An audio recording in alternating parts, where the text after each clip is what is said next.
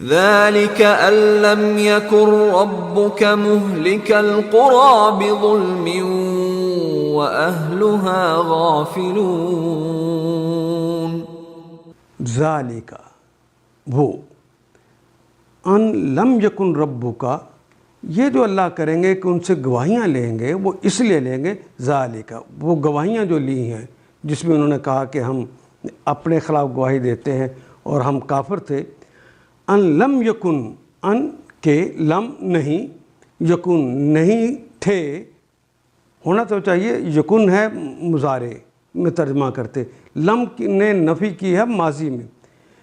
ان کے نہیں تھے ربک تمہارے رب مہلک ہلاک کرنے والے، ہلاکا یہلکو، میم لگ گیا ہے والے کے معنی دیتے ہیں، ہلاک کرنے والے. القرا، قرا کہتے ہیں بستیوں کو.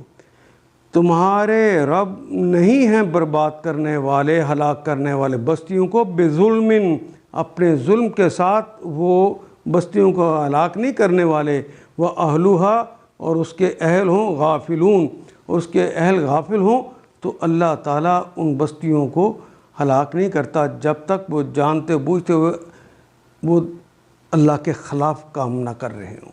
اس وقت اللہ تعالیٰ انہیں سزا نہیں دیتا.